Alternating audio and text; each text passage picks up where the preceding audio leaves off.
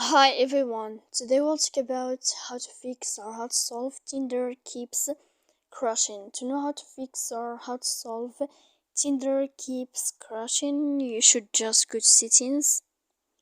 Here in this page, you click on apps, default apps, app settings.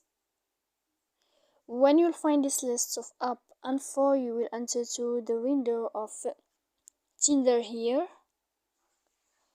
Then in this page of app info, you will go to this window of first stop and you click OK. Here we'll go to click storage. After that we click clear cache, but pay attention, don't click clear data because that can make errors on your app. So please don't forget to support us by like and subscribe. See you next time in another video and thank you for your attention.